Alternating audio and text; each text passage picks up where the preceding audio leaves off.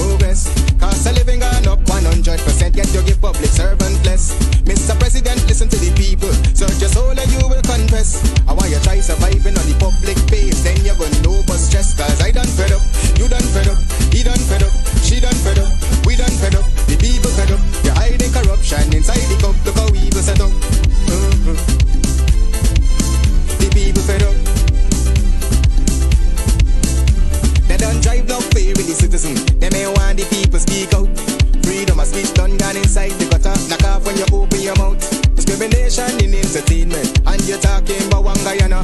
When the Ministry of Culture keep the big shows, one set of girls and banner. Cause I done fed up, you done fed up, he done fed up, she done fed up, we done fed up, the people fed up. You're hiding corruption inside the cup, look how evil set up.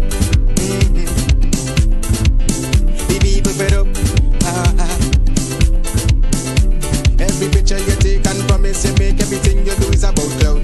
Then you come into me for I shake your hand, there's nothing to smile about. Corruption inside every sector, but when it comes to them they send you. Try investigate efficiency, right? Go talk to Barrett and Sue. Cause I done fed up, you done fed up, he done fed up, she done fed up, we done fed up, the people fed up. You're hiding corruption inside the cup, look how evil set up. The people fed up.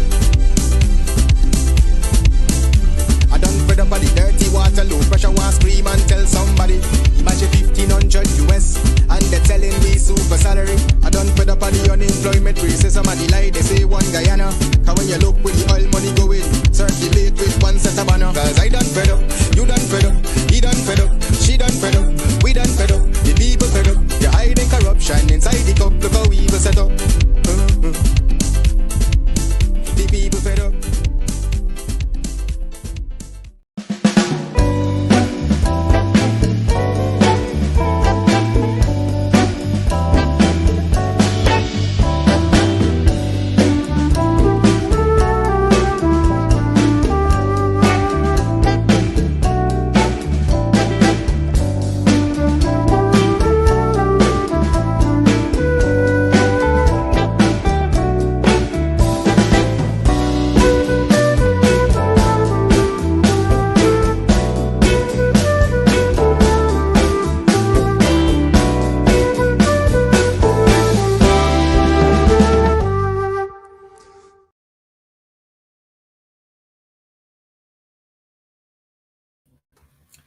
All right. Hey, good night. My name is Mark Benchop. Wherever you are, welcome to Straight Up. I can't recall whether I was on last Friday or not. If I wasn't on last Friday, remind me because, as you know, I'm getting like a lot of you getting up there. And sometimes it's, I don't know if it's a bit scary or whatever, but I'm not talking about the photograph of the gentleman up there. Sorry when I use the term scary. But if any one of you recognize this individual, if you recognize who this individual is, he is our guest tonight. Tell me who this person is. I almost sounded like a Bostonian. Tell me who he is, right? Tell me who he is. Who, right? Who is this gentleman up there on the screen? And you will win yourself. I was going to say cash grant, but right, sorry. So Mary Figueroa says, no, I wasn't on. Beatrice Selby says, Clive Thomas, right? Somebody says Dr. Adams, or somebody's listening says Clive Thomas. Somebody said Mr. Vincent Alexander. No, whoever said Mr. Vincent Alexander is not right. Somebody said Dr. Adams. Let me see. Come on, you guys. Come on. I see Wayne Caesar. Wow, Wayne Caesar took front seat. Pollard said Vincent Alexander. Right. I know we're going to have some fun with you guys tonight, right? I know we're going to have some fun with you guys tonight as a result of that. Somebody said Vincent. So we'll see how that goes. So sorry about that. Yep, it's Dr. Adams. And you know what Dr. Adams usually does, right? You know what Dr. Adams, what does he talk about? And share the link in the meantime. What does he talk about? What does he talk about? Uh, Talk to me. Every single time you turn the television on or you check out something there on the stuff, well, you know what I mean, stuff. Somebody says oil and gas. That's all he talks about. He eat aisle, he drink aisle, he fry aisle, every single thing. Aisle, aisle, aisle, aisle. He's the aisle man. Just like back in the days, they get milkman and so forth. Well, he's the aisle man. Oh, sorry. Oil and gas and cricket. I don't know. Well, I don't know him as a cricketer because back in my days, he couldn't beat me on cricket. This for sure. That's for sure. But good night to all of you guys. My name is Mark Benchap, and welcome to Straight Up. Somebody mentioned, and thank you so much, that I wasn't on Friday. I wasn't on. So forgive me, guys. Forgive me, please. I wasn't on Friday. That's because we were out at Bamba Mali taking a tux. I'm sure you guys know what tux is, but we're not here to discuss all of that. There are lots and lots of issues that we want to talk about. Real issues, real things that can benefit Guyana, real things that can benefit Guyana, right? Real things that can benefit Guyana. So we are responding to some folks, you know the main, and some folks. Anyways, so what's going on? Somebody says that I need a haircut. I don't know. Anyway, where am I going to get the money? Oil money? Y'all giving me oil money? Call the Exxon giving themselves all the money. How much money you guys getting from Exxon? And then they're sprinkling some crumbs to their friends. And then when they sprinkle the crumbs to their friends want us to put up our hands and hug Exxon and say, can we just all get along? Who was it that said, was it Rodney King? Can we just all get along? Pittance, exactly. Pittance you're getting from the oil money. And then there are some who just believe that we should just bend down and prostrate to Exxon guys them and say, you guys are lords, you guys are the savior of Guyana. Oh, thank you so much for coming to Guyana and saving us. And that's what they want you guys to do. And because some of us don't do it, we do believe that the people, taxpayers of Guyana, deserve more. You guys deserve more. Lots more. And so that's what this struggle is about. That's what this fight is all about. It's not anti-investment. It's not anti who is going to be more anti-Exxon or anti-foreign. No, it's basically for a fair deal. That is what this thing is about. And don't tell me about signing bonus and this and that. A fair deal. Because not only Jack Day and his concubines, them and all, whoever it is, can enrich themselves with the oil money. Whatever little that you guys are getting, you deserve more. You need more. But on top of that, what is needed is transparency.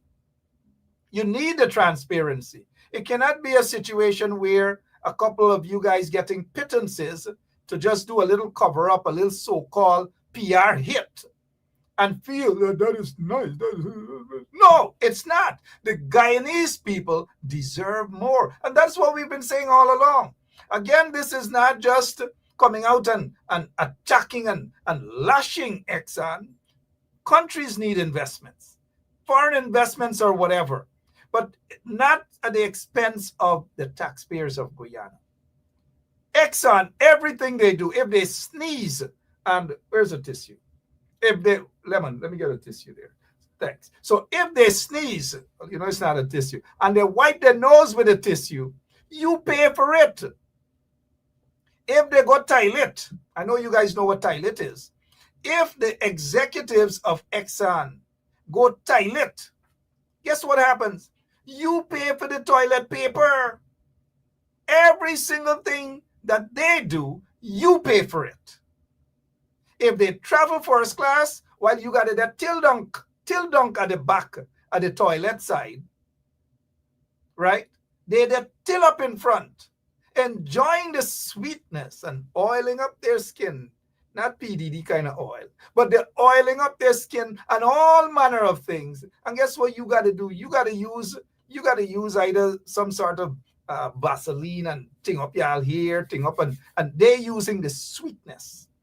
If they travel first class. If they go out to hotels, the best hotels around the world. Guess who pays for it? You, the taxpayers of Guyana. You guys pay for every single thing.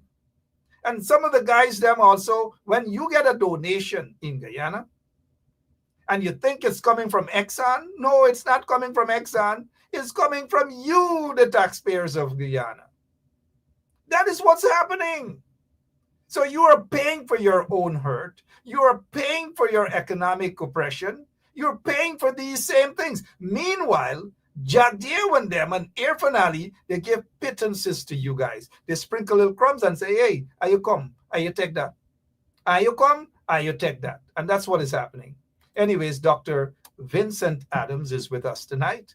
Someone said, our executive producer says he's in the stage at the back. And so we want to ensure that he is on with us. We don't want to keep him waiting.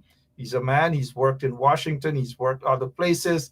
And he ensured that he stands up and he fights Exxon. He doesn't fight Exxon because he doesn't like Exxon.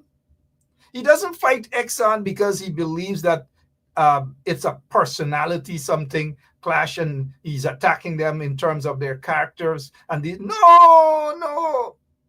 He's fighting them to say, let's get to the table. And not let's get to the table and let's eat little plantain chips and talk about unity. No.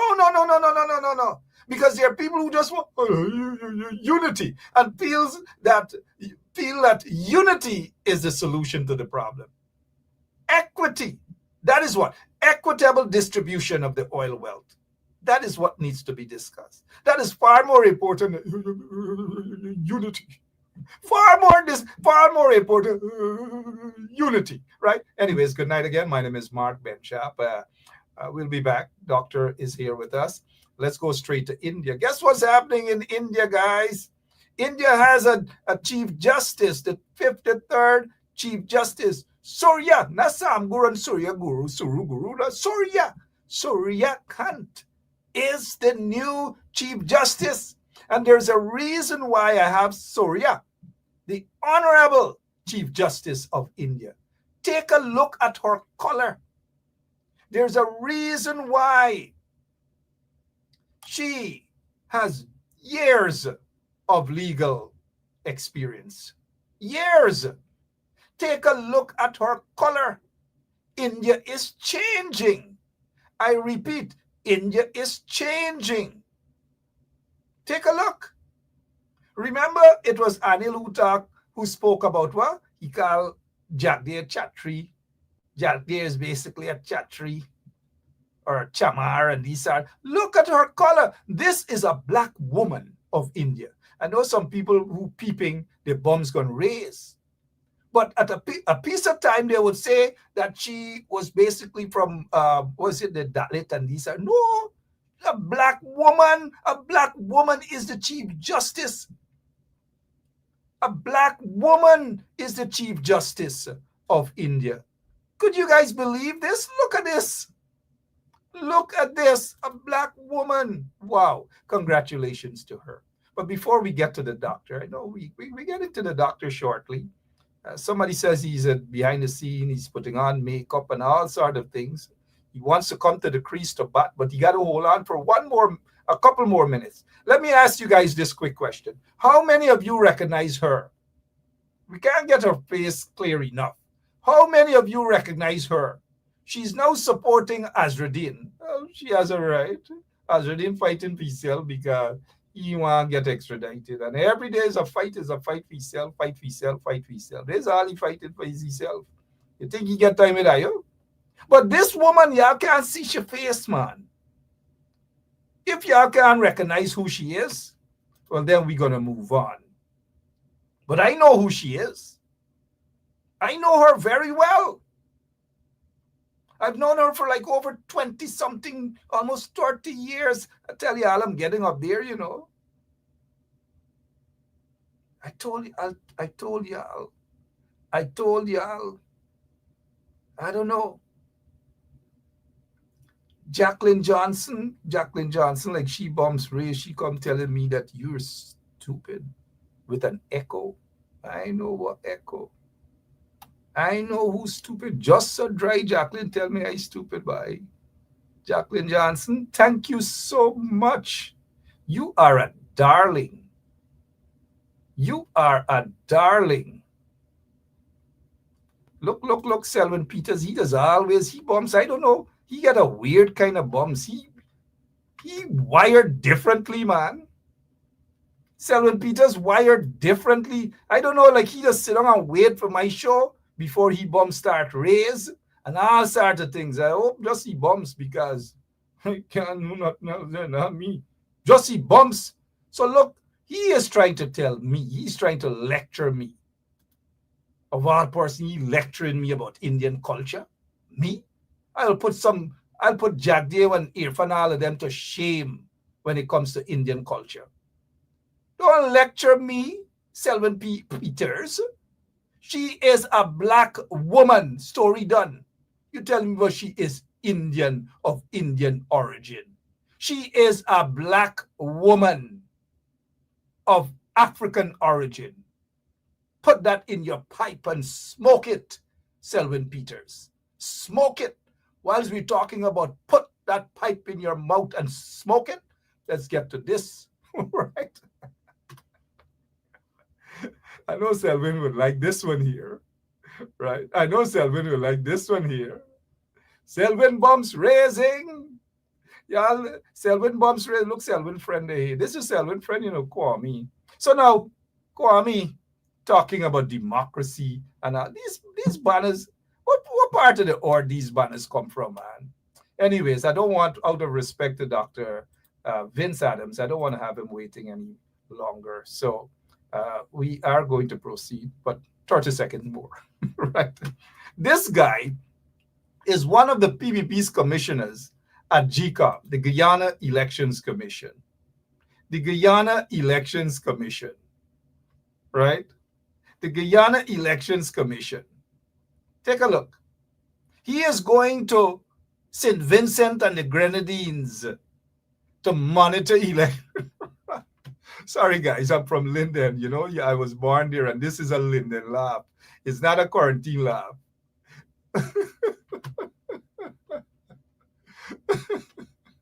What is world coming to, man?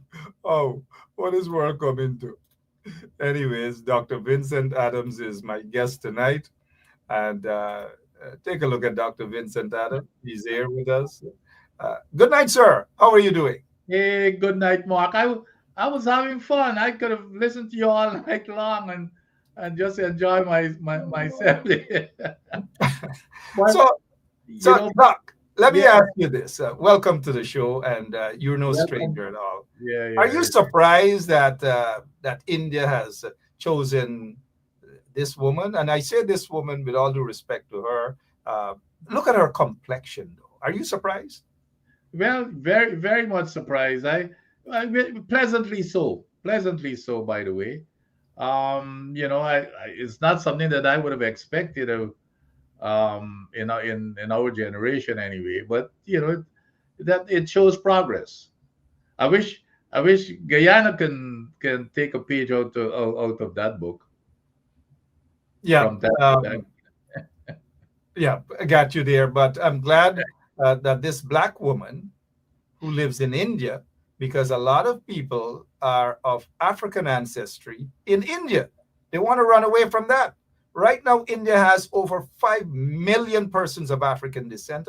And check out, India. Africans have been living in India for hundreds of years. And so this woman is part African ancestry. She's dark skin, Madras, dark skin. And so we got to own up to her. Congratulations to the African sister there in India.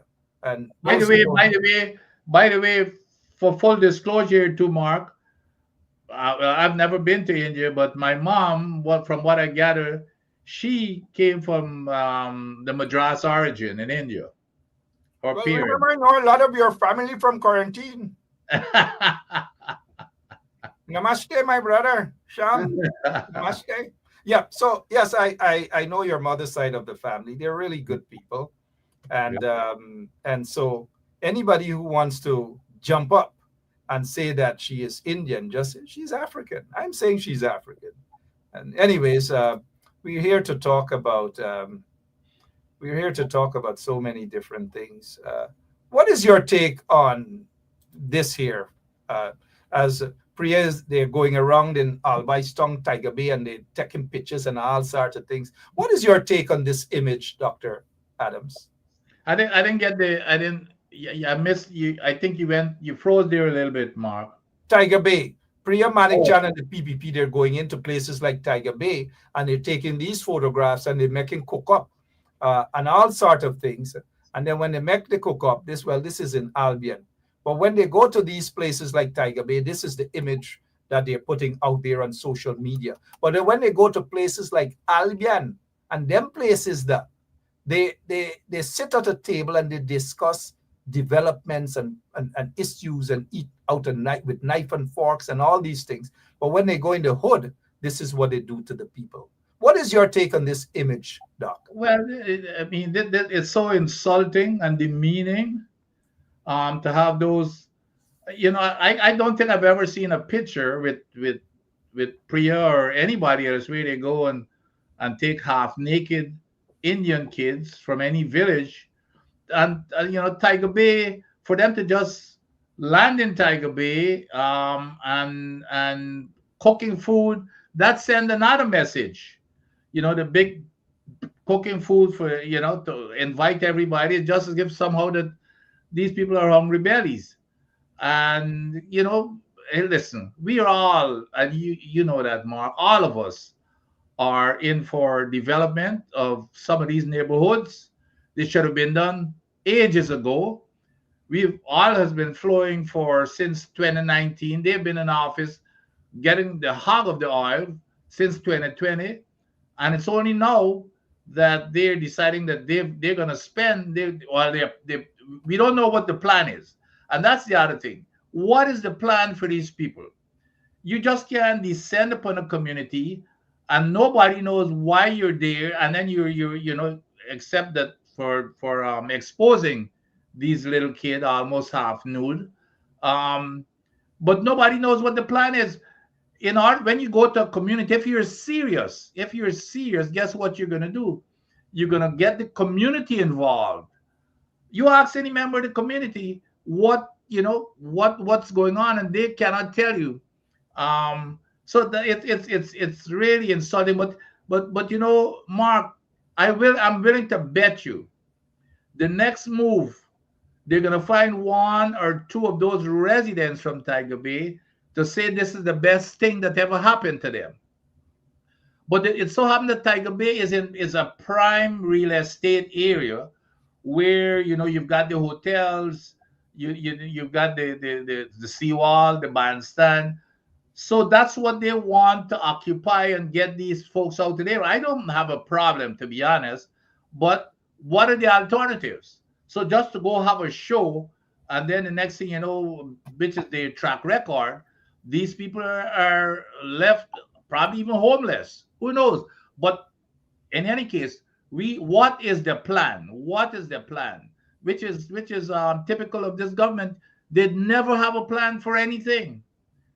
They just pull stuff out of the air. They wake up in one morning and say, we just had a dream or something, and we're going to descend upon this community or do anything that we got a brainwave for. You remember what Jagdeo said? What the biggest project that we ever had in the Gas to Shore project? He said, "Oh, that's when he was criticized for not having a plan for a feasibility study, to say, whether we should do the project or not. Is it financially feasible?" The man said that it's a no-brainer. So these guys work with this no-brainer mentality, that even though they have no brains. Oh well, we know they have no brains. They went to invisible universities, let me just say to guys on the show, let's stay focused. We don't want to be distracted with individuals who doesn't, or individuals who do not offer much, anything constructive with the show. Do not be distracted, because some of these PPP guys, they come here to distract us. So stay focused, guys, in the comment section. Stay focused. I know what I'm saying. I see some distraction there. But you guys are fighting back, which is good, but do not be distracted. And so, Doc, we know that the PPP, they have no plan. We know that the Jagdeos and the Irfanalis and those guys are brainless. They are visionless. They are unpatriotic. They're just going around the country without any plan. And they're disrespecting people. And we see the type of people, the kinds of people that they are disrespecting. What is your take, your honest take on this video here, as Jagdeo performed a Skelly Bang, Skeng type dance in Tiger Bay? But if he were to go in Albion and those other places, he wouldn't do that. He wouldn't treat the people of Albion and other places like the folks in Albion in this manner. Yet he felt comfortable behaving like Skeng, behaving worse than Baby Skello in Tiger Bay. The national player! And the man from Foxton Digital. Showtime! Showtime, bust your ass! The national player, bust your backside. Yeah. Your take, sir. Yeah, and listen, just the language. But again, it's the to me, it's the disrespect again for this type of community. You go in there and you kind of feed people, and think that well, heck, here's the master comes in and we're gonna give you a little morsel there, probably keep you going for the day, but you're free. Just if you have the freedom to just abuse your welcome, and it's even the language. I mean, listen to the language. And if you recall too, there was a subtle comment by Priya. Do you remember the kid that was smoking? Did you remember what Priya said? That paints also, it was a subtle picture that she painted. Well, you're smoking. That was it. Could you give me some or something to the effect? But it's to point out that that's what happened in that community and communities of those type. What we do, we ask for a little food, and we smoke. Yeah, and it's sad though. That's the sort of lack of respect they have for mainly persons of African descent, and that's a fact. We see it every single day. We see a different reaction to when they visited Albion over the weekend. It was more of a professional nature, respect, and they sat and they ate like human beings. But when they were in Tiger Bay, they dash cook up, and they just dash it and say, hey, take this plate, take that. And when they walked out of Tiger Bay, there was nothing other than broken promises, and dash some people in the gutter to clean the gutter, and that was it. That was what it was all about, the disrespect. Yeah, but Mark, Yes, you must have heard more than I did, because what was the promise? well, the promise was they are going to return. There was a promise, and we've got to be honest, Doc. They've made some promises. The promise is to go back and probably to flood the community with weed, and to collect ganja and have Priya and members of the cabinet just smoke ganja in Tiger Bay. That's one promise, because remember, Priya said she wanted some ganja, Yeah. that is. And the other promise was probably to go back and cook up until when they're ready to hit the people of Tiger Bay with the real plan, which is to kick them out. Because a few years ago, in 2013, 2014, they kicked over 200 people out of Tiger Bay. To give a piece of that land, they bulldozed people's properties right there in Tiger Bay. And when the residents went in front of Ilfranali's house, or he was then, Minister of Housing, they locked the gate. I was there. I know they locked the gate.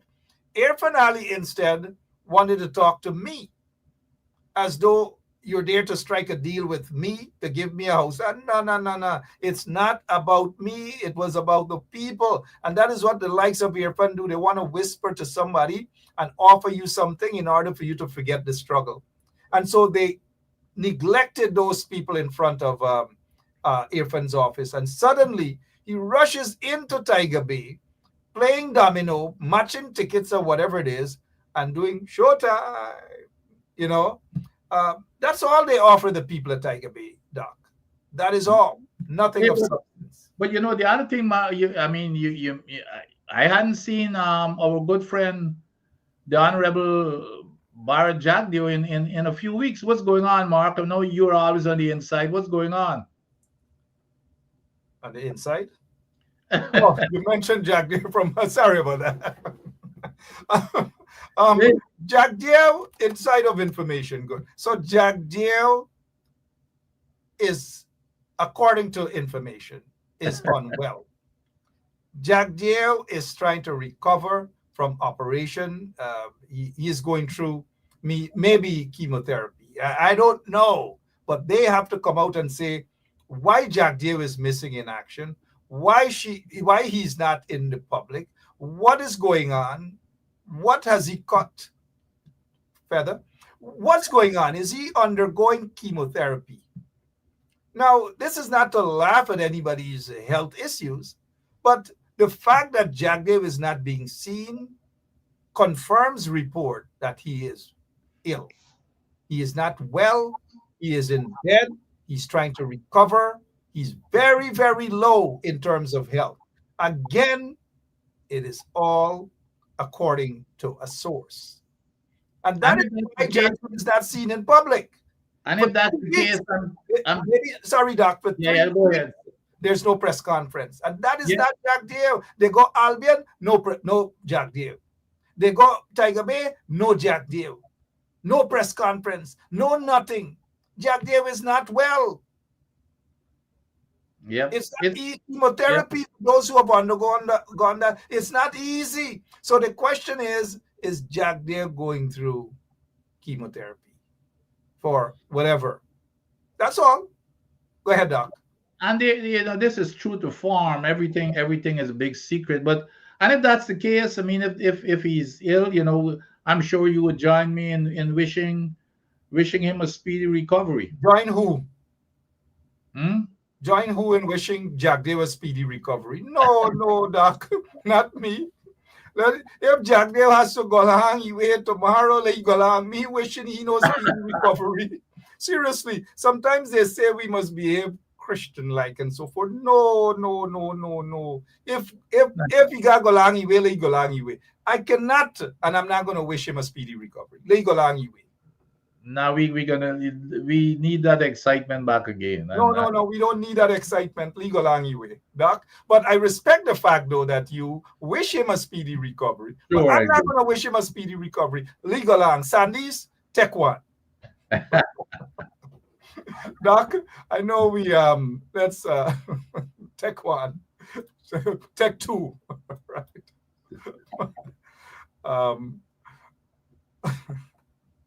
I could just imagine Jagdeo's face right now.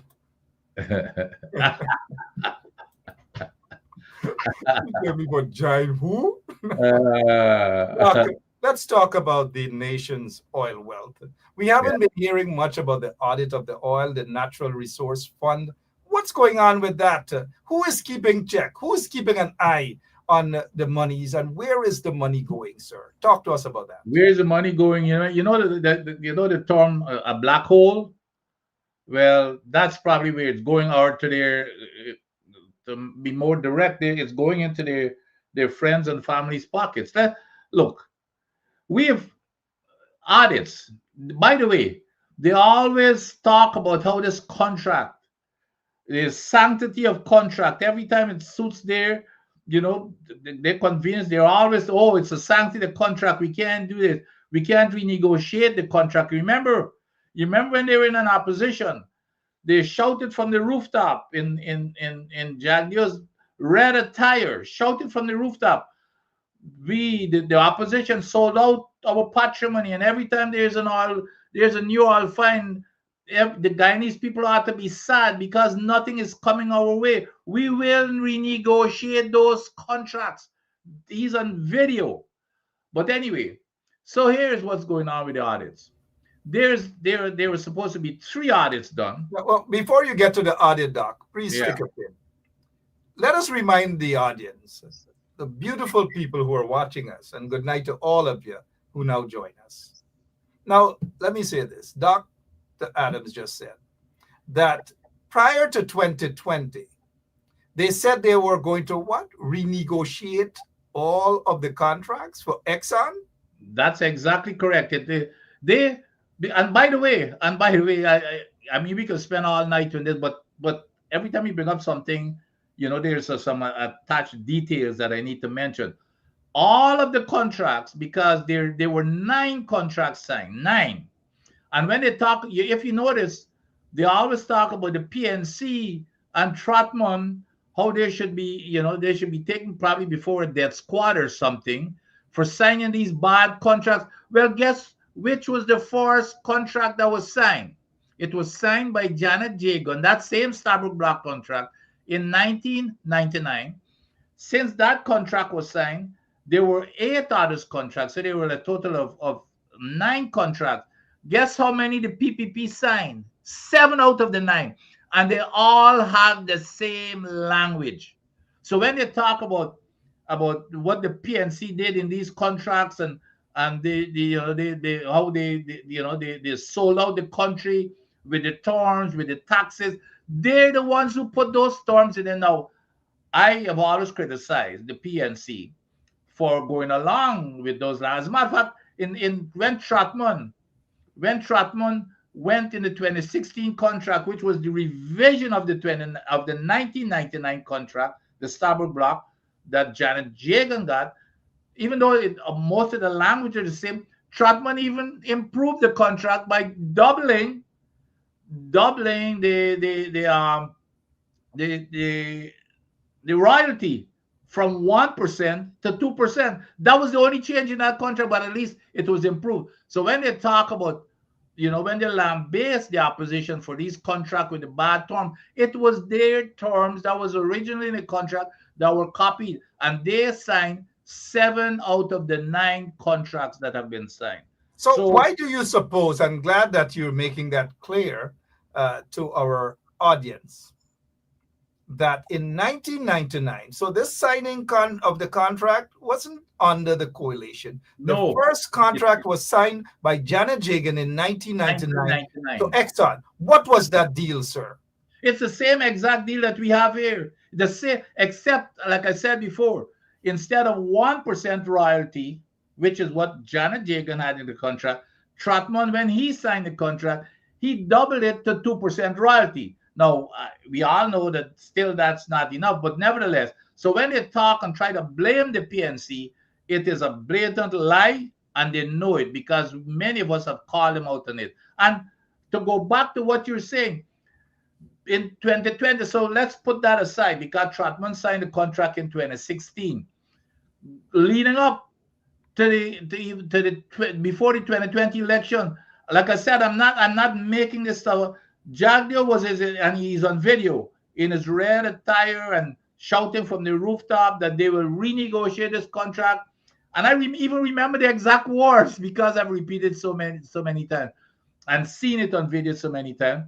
He said that the PNC, well, the coalition sold out the patrimony of the people of Guyana, and every Guyanese should be sad whenever there's a discovery because nothing is coming down to them. And then he said, we will renegotiate those contracts. But it went even further than that, Mark. After the election, in an interview with critic of our people, critic interviewing the president, Ali himself, and critic posed a direct question to him, saying, will you renegotiate that contract? He said, yes, we will renegotiate that contract. So, but when they got in now, the whole story changed like everything else. The whole story changed. Oh, we can't renegotiate the contract because the sanctity of the contract. sanctity in my eyes. Because right now, with the question with the audit, you know what the contract said as far as the audit is concerned? You have to do an audit within 2 years of signing each of those contracts. Up to now, they can't finish any audit. So it's to show that this is just, but they, and that's why, they've got these groups abroad trying to, because most of the diaspora are, like OGGN and some other, highly informed and knowledgeable folks and subject matter experts they're the ones who are checking on them, and they don't like that. Most of these people are in the diaspora. They don't like that. So now they've got these groups that they've set up in the diaspora that goes around having meetings that is sponsored by Exxon to try to sell the diaspora to counter these the knowledgeable folks in the diaspora. When you say sponsored by Exxon, of course, it's not Exxon's money, it's the taxpayers' money that people out in Guyana are paying for these closed door, not public forums, closed door for friends and cronies like mine who basically do not, in my opinion, have Guyana's interest at heart. That's right. That's a good point, because everything that all of Exxon's expense tied to this price, as long as it's related, it's charged to what is it comes out. It's what is called recoverable cost, because you have your costs. It's like running even a cake shop. You spend a certain money to buy whatever you have to buy. That's your expense. And then of course, when you have your expense, you got you sell, and then you have that income, if you will, or revenues, and then your profit is the difference between the two of them. When you take out your expense from your profit, well, they expense every single thing when they travel first class and they have these big parties and everyone. When they travel first class and they have these big parties and they travel around the world and they stay at the most expensive hotels. Oh man, doesn't the guys from Exxon, right, go into their wallet and pay from their own money for that, Doc? No, who pays for it? The taxpayers, because it's no. Wait a minute. You're telling me that when these big wigs, these big guys at Exxon travel around the world first class, the hard-working taxpayers of Guyana got to pay for that? Absolutely, and Wow. it even gets worse than that. And not just to finish that thought, if if you go to the Marriott in Guyana right now, and the price for a hotel room in Marriott, the Marriott now is probably for just a regular room, $600 to $700. So, and I'm sure they're probably not staying in regular rooms, but you cannot, Marriott or Pegasus, all of those hotels are packed with with Exxon employees or other oil companies, and even there are a bunch of new apartment buildings in the high rent district as you go up to Ogle and beyond. My understanding is some of these apartments are being rented for like over $5,000 US per month in Guyana for a 2-bedroom apartment in Guyana. So that's what the Exxon employees. Now, I'm not knocking the Exxon employees, but I guess the point that we're making is that when people see these oil company men and women living in luxury, remember who is paying for it, because it comes out of expenses, which means it cuts down on the profit that Guyana gets, even though the regular man doesn't get a whole lot out of the profit. We know where the profit goes. It goes to that 5% of friends, families, and cronies. It goes into infrastructure, because that's where the corruption lies, is in that infrastructure, where 60% of our national budget goes into infrastructure, unheard of. And the infrastructure money, about 90% of those contracts goes to, guess who? Friends, families, and cronies of the party. And it's well known. It's not a secret. That's the one thing they don't make a secret. No. So what I heard also is that the PPP cronies, they ensure that they set their families, their friends up to rent these properties to Exxon and other foreign companies to pay these high prices. That's what I understand too. And I this is heard that their friends and cronies. That's they're in that business too, with building big apartment complexes and rent it to these folks. They pay a lot of money for housing, and as you know, Mark, the ordinary person cannot live in Georgetown anymore.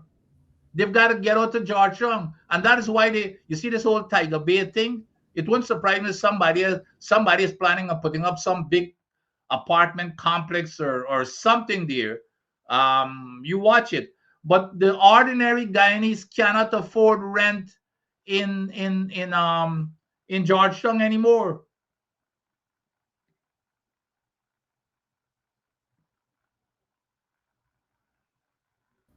Yep. Um, the usual blackouts, and blackouts upon blackouts.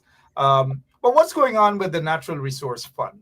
No But let me monitoring, no audit. I think we started talking about this audit. So let me talk about this audit. So normally, it's to verify. You remember that cost. So you got to verify that cost so that you can say, well, okay, what I'm getting for profit is it's legit. Well, so there have been 3 audits. Remember, I told you they've already violated this contract that they said it's their sanctity of contract whenever they want to say that at their convenience. Well, there have been 3 audits, and you remember the very first one, no, Mark? You remember the famous or the infamous 214 million US dollars that was short. That they over. Whatever happened to that 214 million US dollars? Guess what it came down to? It miraculously came down to $3 million. But still, nobody has heard anything from it. Could you imagine it was 214 million, and then suddenly they said, well, no, it's only 3 million difference. So nobody knows how they got there, but that's it. Then they had 2 more audits. And on to now, one of them was short 65 something million dollars. Nobody has heard anything about it. And another one, the most recent one, was an audit for like 1.9 billion, close to 2 billion US dollars. Nobody has heard the results. But what was interesting, recently, Kaichor News raised the question about, I think it was the 3rd audit. So guess what they did? They pulled it down from the website. When they see that they were scrutinable, they pulled it down from the website. But why is Exxon allowed to get away with basically do what you want in Guyana? Treat Guyana as though Guyana is a plantation belonging to Exxon. Try to get governments in power. Try to remove governments, allegedly, and all these things. Why are they allowed to get away with these things, Doc? Well, it's very simple. Exxon looks after their interest, which is the bottom line. They want to make as much profit as possible. All of those executives, you see, like the senior guy and those other folks, they get paid according to how they perform. If they lose money, a lot of those guys might even lose their job, or they would not get a pay increase or the big bonus. So they've got an incentive to make money, and they're going to make it by whatever means. And I keep telling people, Exxon does not like Guyana. Don't let people be fooled that somehow Exxon came to Guyana because they like the Guyanese people. That's absolutely nonsense. And we better wake up if we think that that's the case. Exxon is going to come there. They're going to jerk out our eyes as much as they can. And that's what's going on. So, but I am not mad at Exxon, to be honest, because Exxon is taking care of their interests by making as much money. It is the government who has to take care of the people's interests. That is not happening. That is allowing Exxon to do whatever they want. And I say this because, of course, I work for the U.S. government at its highest level, and my part of my job was to manage the Exxons of the world and manage the executives. So I know how they operate. You can't blame them. It is what they're doing here. They cannot even think or dream about doing any part of it in the U.S., or else they would be shut down. Or are they being transparent with their declaration of taxes?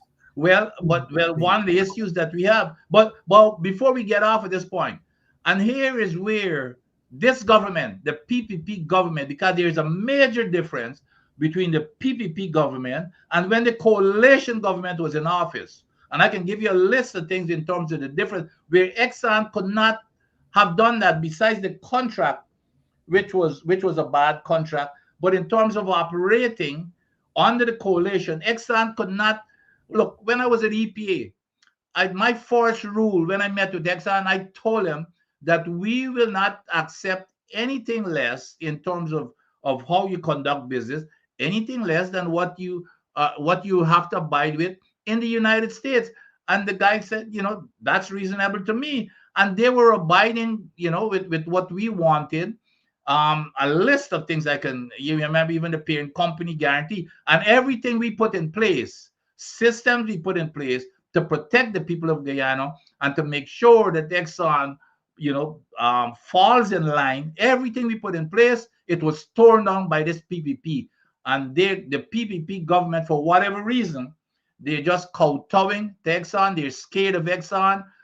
Besides the big mouth that Jagdeo had before, that he talked about renegotiating contract, the man has gotten as silent as a lamb when it comes to Exxon. And so it was a big difference. So it's not about Exxon. They showed that they're willing to follow the rules and follow the laws of the land. Look, right now, for example, Mark, the lawlessness that is putting Guyanese at risk. Let me give you one example. They're bragging now with this government, they're bragging that they're producing right now, this 900 barrels, it's about 40% above the safe operating limit as prescribed in the environmental impact assessment, which is the law, which means that they're breaking the law right in front of everybody, producing, above the safe operating limit. The one thing about the environmental impact assessment, it is sacred because it defines that safety envelope. In the US, as a matter of fact, when the engineers and them decides on a safe operating limit, it's a high-risk area. What the operating company do is normally produce below 20% below to make sure they don't even get close to that. Because if you get a disaster, you're in trouble. So guess what happened? They're producing at that rate, which means they're putting the country at the risk of having a disaster. And if you have a disaster, it's gonna bankrupt not only Guyana but the rest of the Caribbean. And on top of that, we do not have any liability coverage to take care of it. So we and the Caribbean would be bankrupt, and even the Venezuelan coast, by the way, would be washed away. So if you want to give Maduro an excuse to do whatever you want to do, that coast will be gone. And just to compare, the spill in the Gulf, you remember the big Macondo spill in the Gulf a few years ago, it cost $145 billion US, $145 billion US, which is about 30 times at the high level of our national budget. Even with the parent company, so we even had Exxon to sign on a parent company to say, because the other thing that people don't know, Exxon name is not on any document. The big company Exxon, what Exxon did, they formed this limited liability company that is called Exxon Mobil Guyana Limited that has no assets to cover an oil spill. So when you hear Jagdeo with his foolishness saying that if we have a spill, EMGL is going to cover the assets belong to us. So we have no assets. So this small company now, they're signing all of the documents. So they're held liable, which is a major trick. So what we did when we were in office, we got Exxon to sign off that the big company Exxon, will take on the liability if something happens because your small company cannot cover it. Exxon agreed to it. And as soon as we left office, they abandoned, they got rid of it. And that was what caused the lawsuit by the two citizens with Melinda Janke. And that was the famous Sandil Kissoon ruling that talked about how this government is submissive and subservient and putting the country at risk and all kinds of stuff. But here's the latest that I got, Mark, is that they've sent Sandil Kissoon to Essequibo. They've sent him to Essequibo. So because he has ruled in a couple of cases against the government, so now I hear that they've exiled him to Essequibo. Well, it probably because all of the justices are seated in Georgetown. And I'm not saying that because we know how ruthless, vicious, and vindictive this corrupt PPP regime is.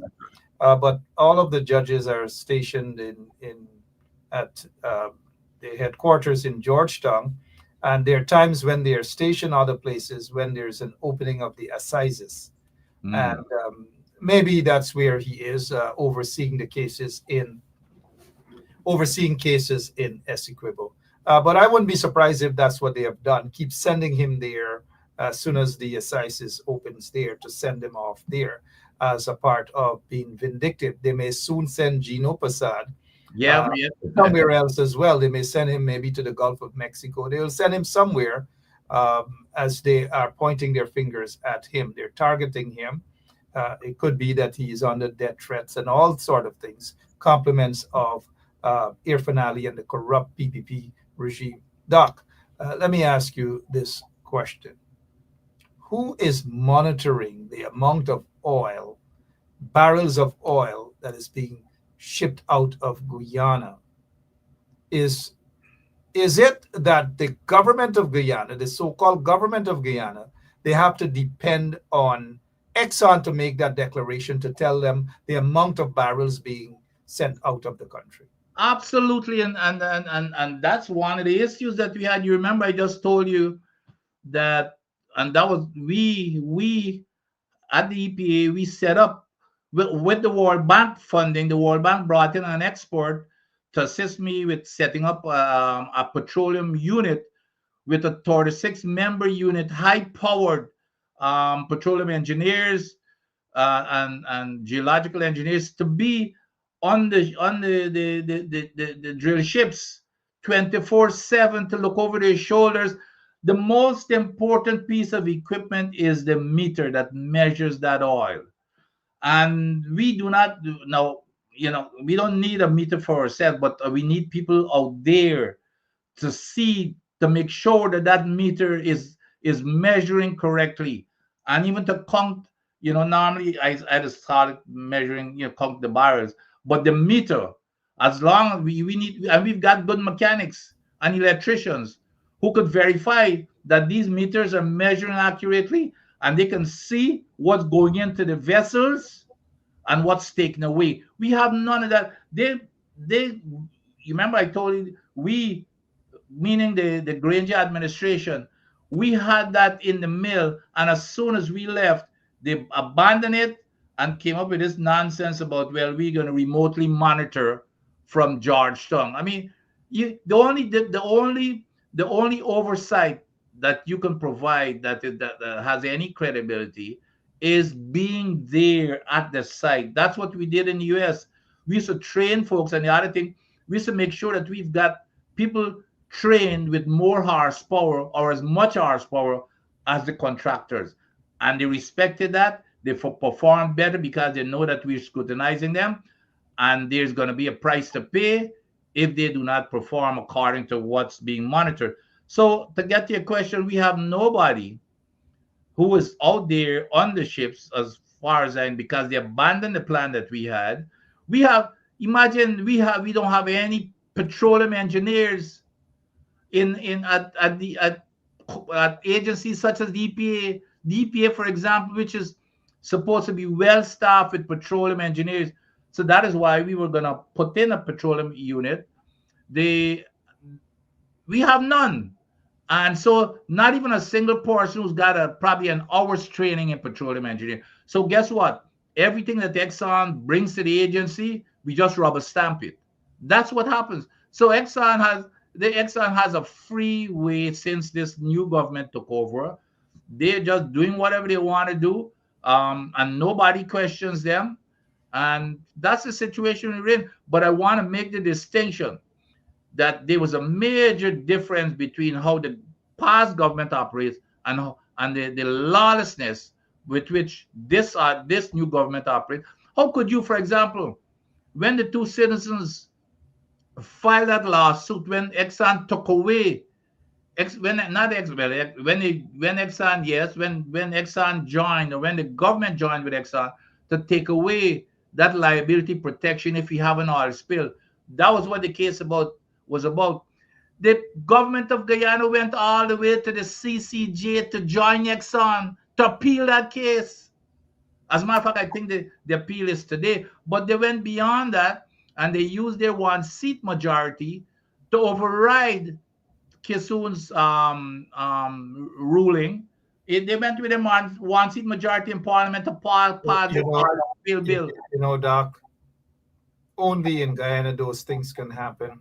Yep. Where a government as corrupt as the PPP is sided with Exxon against the people of Guyana. Yeah. Only in Guyana these things can happen. Let me ask you this. I've quite a few folks who work with Exxon and they go offshore and all these different things. They're not being properly compensated compared to some of these guys from the US and other parts of the world who are making tons upon tons of monies and so forth.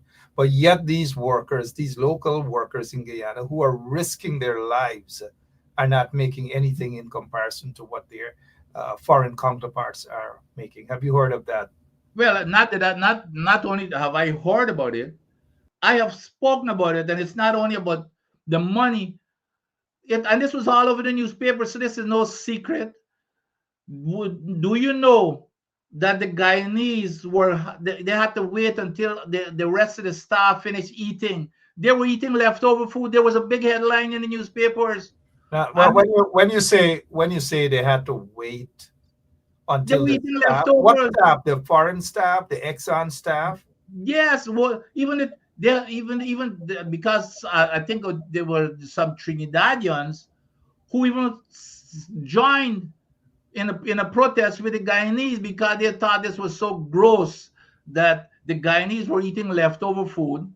Their salaries was far less. Their wages were far less, and even their leave when they come to shore. You normally work like 7 on, 7 off, or 14 on, 14 off. There was some issues with that leave when they come ashore in terms of their payments and insurance and all kinds of stuff. So, the labor minister, as a matter of fact, Gawu, because Gawu was fighting to get it was Gawu that was fighting to get to be the union, and this thing was all over the newspapers, and Gawu was supposed to meet with the labor minister, but nothing. I have not heard anything of the sort. And I'm still hearing complaints because up to just a couple of days ago, I hear there's an issue now where they want them to work. It might be 4 weeks on and 4 weeks off, meaning you're out there working day and night. You're not seeing your family, but it's saving. You see the things it saves the company money, and that's what we are allowing. So there's still some major issues and lots of disparity in how the Guyanese are being treated compared to the other workers, compared to even the folks from the workers from Trinidad. Someone in the audience is saying 2 months off, 2 months off on shore. Well, that's even worse. And nobody's there to protect them. Jack Dew is not there to protect them. Irfan is not there to protect them.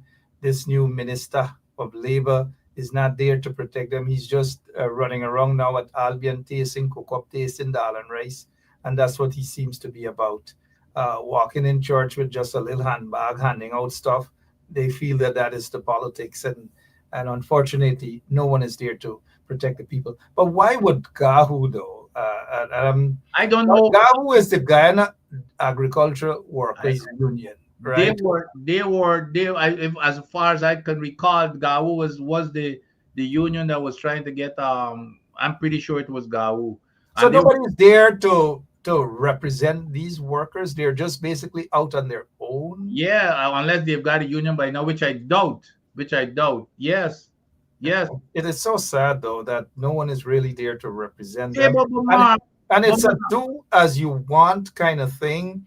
And then when you talk about these things, they got these puppets of Exxon pops up and say that you got to do unity and to unify and then approach and these nonsense.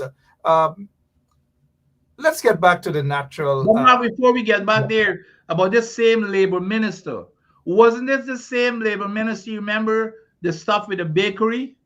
When you remember the issue with the bakery when he made some comments about they must only hire the only hire certain people or don't hire certain. I can't remember, but it was very derogatory against one kind of There, people. there is a new minister of labor. There's this young guy. Oh, yeah, that's right. Yeah. The It's no new, longer Crazy Joe. yeah, There's yeah, this young guy with this little stud earring in his ear. yeah. You're right. Yes, So, yes. yeah, Yep. that's okay. That's okay, Doc. It happens sometimes. We're all from Linden. It happens. It happens. And so nobody's really there to protect the workers. No, It's a no. do all as you can. And like you rightly said, this is not being anti-Exxon. What is being No, is Exxon could only get away with what they're getting away with That's because right. of having a corrupt government in place. And Yeah. sometimes there are folks who are of the view that Exxon is the government. Exxon Yeah. gets to decide who goes into government and who gets kicked out of government. Now, that's another issue to be discussed. Now Probably. roll a bit, stick a pin there. Every time you bring up these things, but up to recently, before Jagdio left to go where he's at. You remember Jagdio said, and this Jagdio don't take nothing from anybody. We know that. Me, you can't say nothing about Jagdio. Is abusing from morning till night. The Exxon boss man, Rutledge, when one day Jagdio said, well, they got to get the gas because the gas to shore is my main project. The next day, Rutledge come and say, well, that's not my priority. He told Jagdio, and Jagdio like a little mouse in the car, all the big mouth he's got with everybody else. Then a couple of days after the Jagdio said the local content, which is exactly what we're talking about here. He said, Jagdio said, well, local content is my highest priority. The Rutledge come the next day and said, well, it's not our priority, basically. So the arrogance is there, and so Exxon is really the government. Absolutely that, but I have said that Exxon runs the government with all the big mother Jagdio. But again, that was the opposite of what happened under the coalition government. Without question. And that explains why the coalition government was kicked out. Well, Kicked out. Some knuckleheads would argue that the coalition rigged the elections. There's no evidence that the coalition rigged any elections, and some of them were mouthing off, and the coalition would never get back, and all manner of things. There's no evidence that the coalition rigged any elections. There was a regime change in favor of big companies. Anyways, 16 minutes after 9 o'clock, let's talk about the Natural Resource Fund. Yes. Who is monitoring it? How much money? Because under the coalition, we knew practically everything. But under the corrupt PPP regime, we don't even know how much money they're in the account now. What's going on? Well, let me tell you how we got there very quickly. If you recall again, we did things differently under the Granger administration.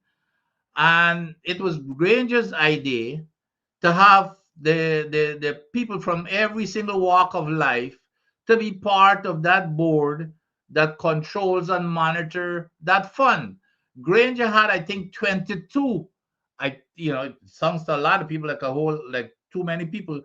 Granger had 22 members to put on that board, and they came from all walks of life. Every civil organization, women, it was the demographic was very, very well distributed, very diverse. And of course, when the coalition left office, the PPP obviously got rid of that. And listen to this, Mark. They made a deal with the coalition that they will have 5 members on the board, and they guarantee that the coalition will have 2 out of the 5. Well, when they met to decide on the 5, the coalition submitted their two names, and it so happened that yours truly was one of those two names. Would you believe the PPP rejected the two names? And the coalition walked out of the meeting. And guess what? Maybe that's exactly how it was planned by the PPP. So all five members of that board, the NRF, all five members are PPP people, all five. So there's no control. You don't hear any report from them. The government is controlling the entire. So there's no checks and balances or anything, so, which is what Granger had in place with those 22 citizens, from all walks of life that he had there. They got rid of that, and they did not even keep up their promise to make sure that the opposition had two members on the board. So it's they've got it's just a free for all. And to me, it's also like a slush fund, because you remember, even before the election, they pull out an extra, was it $50-something million or something? Who knows where that went?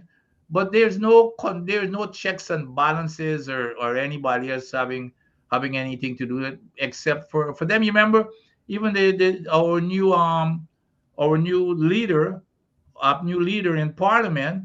You remember, he was one of those committees, not on the board, but he was on I think it was the finance committee or something. And I think he's filed a lawsuit or something, because so that's the situation that we have. No monitoring, no checks and balances, no transparency whatsoever. Thank you so much. At 19 minutes after 10 o'clock in Guyana.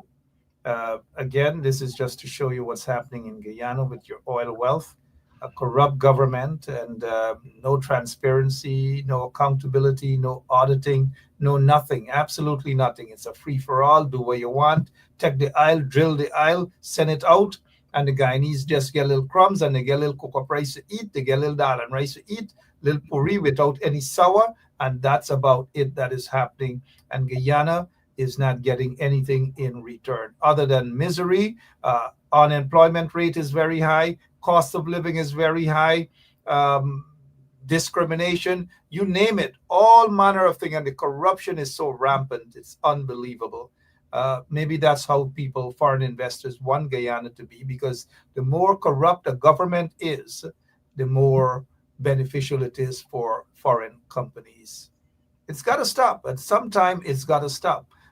Democracy has to take its way, make its way back into the front desk, so to speak. You cannot have governments being hijacked by big companies. Opposition politicians are afraid to speak out against Exxon, because some of them feel if they speak out against Exxon, they're not going to get a chance to get into government. It's a disrespect to the country. It's a disrespect to sovereignty. It's a disrespect to the constitution of a country. Politicians should be bold enough to call a spade as it is. And in Guyana right now, a lot of those opposition politicians are afraid to speak out and call a spade as it pertains to Exxon Mobil. They should not be afraid of Exxon. It's not like they are anti-Exxon or want to kick Exxon out. Nobody's saying that. There must be a fair deal, a fair play. And I think that is one of the reasons why President Granger was kicked out of office and the government hijacked, because he wanted a fair play. He wanted fair game in his second term. And I think some of these big companies realize that. Dr. Adams, your closing remarks, please, sir. And are you optimistic of Guyana getting a better deal? We know the 3 oil blocks that were claimed, recently found. I don't know if it was recently or how it was revealed. Your closing remarks, please, sir. Well, in terms of a better deal, the only is the ballot box. This is the only way to hold them accountable. If we get fair elections, by the way, because even that now you cannot be assured. But we knew what happened. There wasn't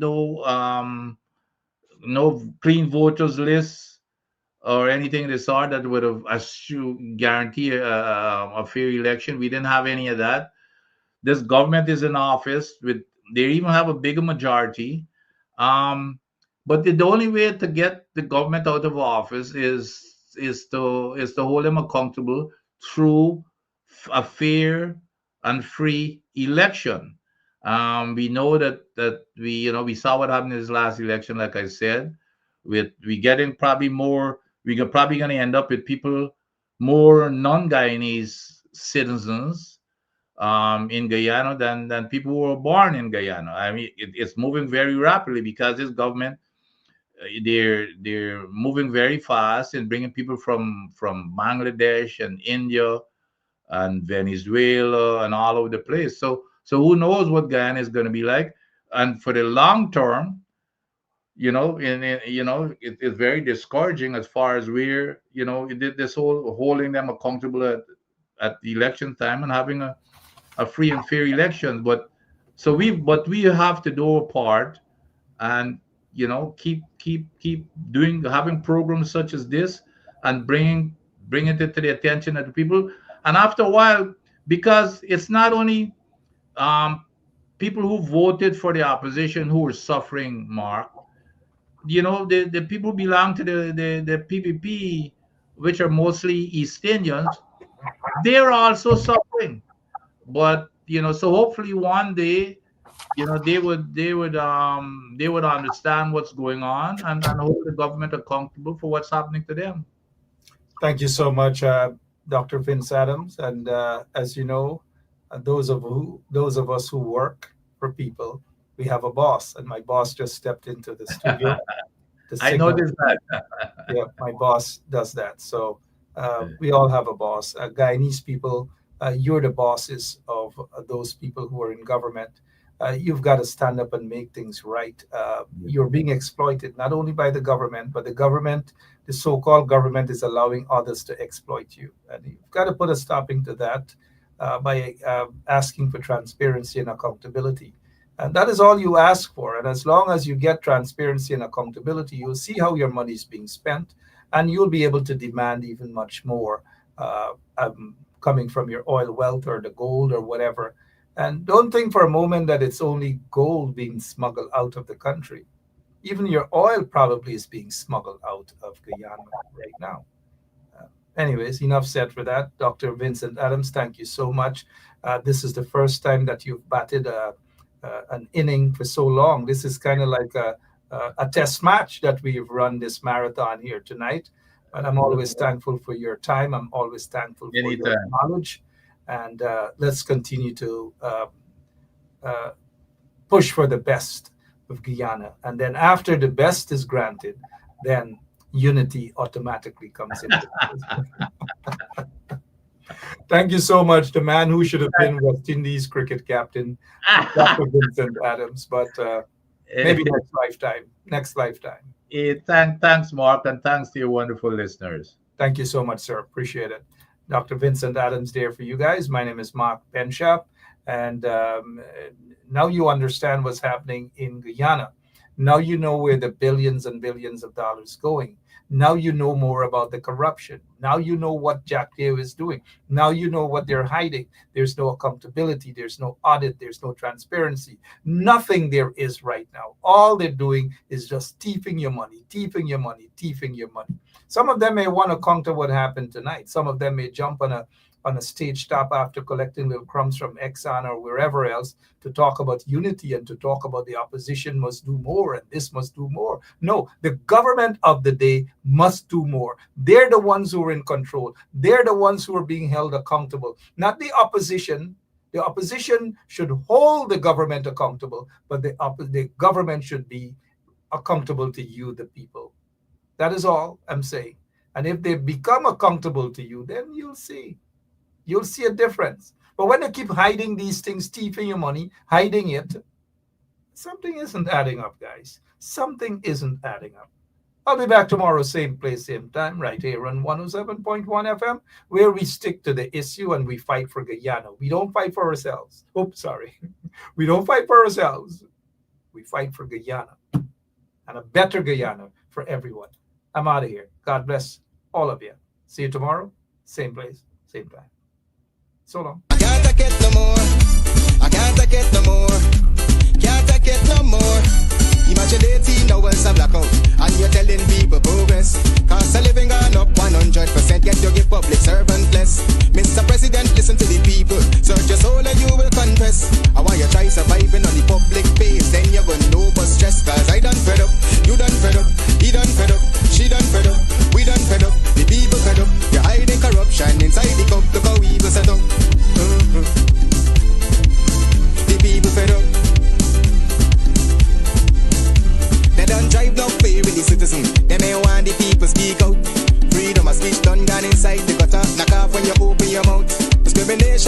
entertainment. And you're talking about one Guyana. When the Ministry of Culture keep the big shows, one set of girls and banner. Cause I done fed up, you done fed up, he done fed up, she done fed up, we done fed up, the people fed up. You're hiding corruption inside the cup, look how evil set up. The people fed up. Every picture you take and promise you make, everything you do is about clout. Then you come into me for I shake your hand, there's nothing to smile about. Corruption inside every sector, but when it comes to them they send you